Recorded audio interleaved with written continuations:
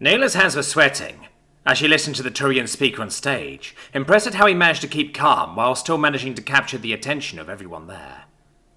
Still, his speech was almost over, which meant she was next. Nayla was retracing the actions that led her to this moment. She was only 124, and they wanted her to help write the Codex on the most powerful species to join the galactic community since the Turians. The only reason she accepted this position was that she knew that she was more acquainted with humans than almost any other alien, and she liked them enough to where she didn't want them to be misrepresented. Then, the moment she had been dreading came, the end of the Turian speech. To leave off, I would like to give an ancient piece of Roman wisdom to those who would pick a fight with humanity. The victor is not victorious if the vanquished does not consider himself so. Humanity had their world burned by nuclear fire, with the majority of their population being wiped out, and they still didn't consider themselves vanquished. Do you really think you could do better than that? The room erupted into applause as the Turian made his way off stage, and Nayla began hesitantly walking towards the podium to speak. A bundle of nerves formed in her stomach, and she went pale, which is pretty impressive for an Asari. She placed her notes on the podium and looked out at the 80 people listening intently, waiting for her to speak, and afraid she was going to pass out. Feeling like the pause was going on for too long, she opened her mouth and forced herself to speak. As we all know, humanity was recently in a war with the Turians.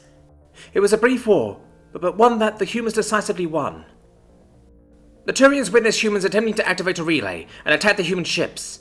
The Turians, however, were quickly driven back as the humans used a combination of laser and plasma weaponry that the Turian shields were not designed to handle. Meanwhile, the human shields worked as intended against the Turian mass effect weaponry and subsequently led them to an easy victory. Kayla reached for a glass of water to try and calm her nerves. Looking over the crowd, however, she saw many faces glazed over with boredom as another person went up on stage to blandly recite the same parts of human history as they've heard 1,000 times before. Not to mention a few irritated Turians who were probably unhappy with Nayla mentioning how efficient the humans were at defeating them. Nayla considered for a second that if war history was boring them, then perhaps it was a mistake to choose human philosophy as her topic. Despite her reservation, she had already chosen her topic, and so she set her glass down and pressed on. But I am not here to talk about the Relay War, but rather the humans' response to it. After the Turian defeat, there were no cries of war. Humanity did not seek revenge against their enemy. The Turians only gave reparations after diplomatic pressure from the Asari republics because humanity wasn't interested in asking for them. Instead, humanity asked for only one thing: an apology. Not an apology to the government of humanity, but rather to the families of those who lost their lives in the Relay War. Nayla once again scanned the crowd, and saw that she piqued a few interests, which got her excited. Sure, there were no cries for war was an exaggeration, as you couldn't have a population that big without a few warmongers. Still, Nayla had met a significant number of humans, and she discovered that one would be very hard-pressed to have found any human who was genuinely calling for war.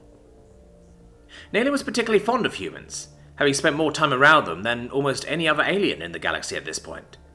She even had the honor of being one of the few aliens to have ever set foot on their homeworld, which would have been an amazing experience had she not been crying for almost 3 days straight after seeing all of the devastation. It must be stated that the Turians were not humanity's first contact with alien life, nor was this the first time humans had gone to war with an alien race. I say this because it is important to know that humans are not afraid of the Turians.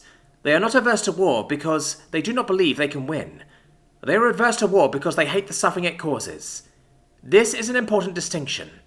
I know many in the Council races believe that if they needed to prepare for war against humanity, as the parallels between humans and Krogan scared them. But humans do not see the apocalypse the same as the Krogan do. It is not a trial to make them stronger. To them, it is a tragedy. A pointless waste of billions of innocent lives.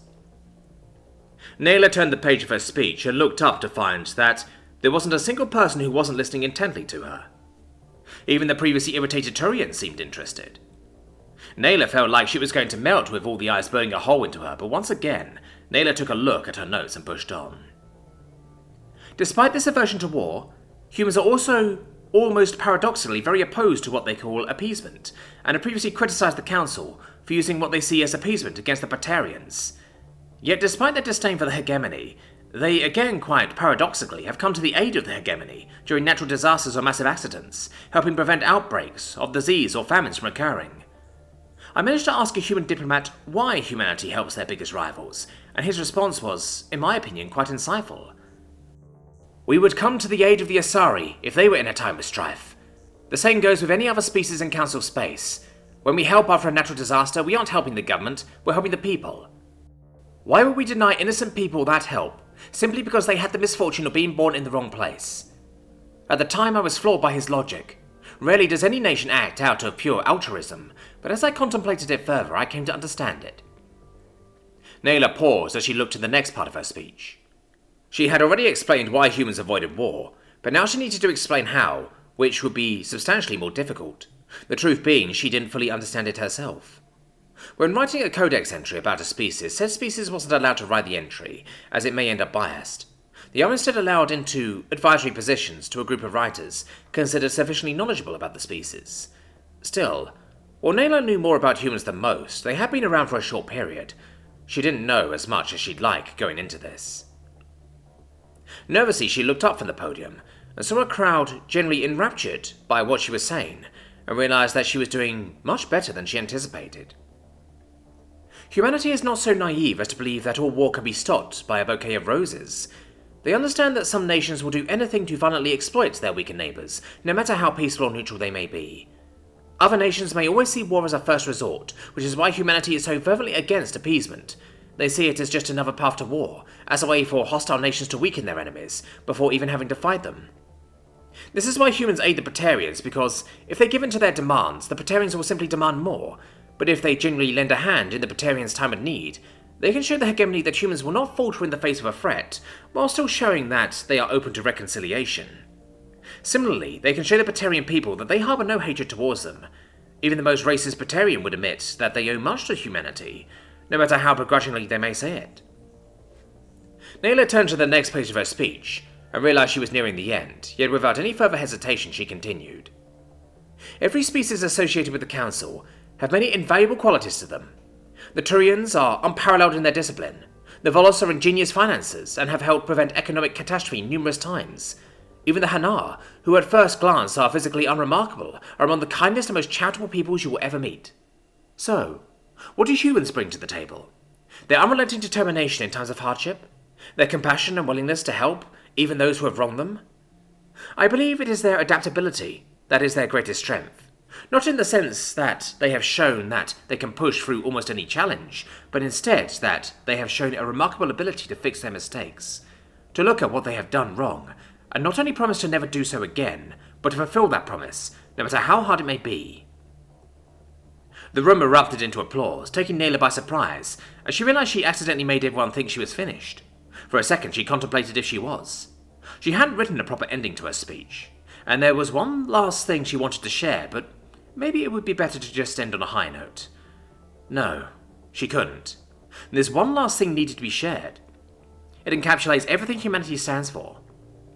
Lifting her hand, she brings the applause in the room back down, and resolves to finish her speech. One last thing before I finish. Humanity believes that in order to prevent war, you must understand it first. Very few understand war as humans do, but if you wish to understand war like a human, this quote from an old human general is a good place to start. She took a deep breath and stood as tall as she could. This quote was from a human general, and she would be damned if she didn't say it with the same confidence and authority. I have never advocated for war, except as a means for peace. So seek peace, but prepare for war. Anticipation filled the room, as Nayla turned to her final note. Because war never changes.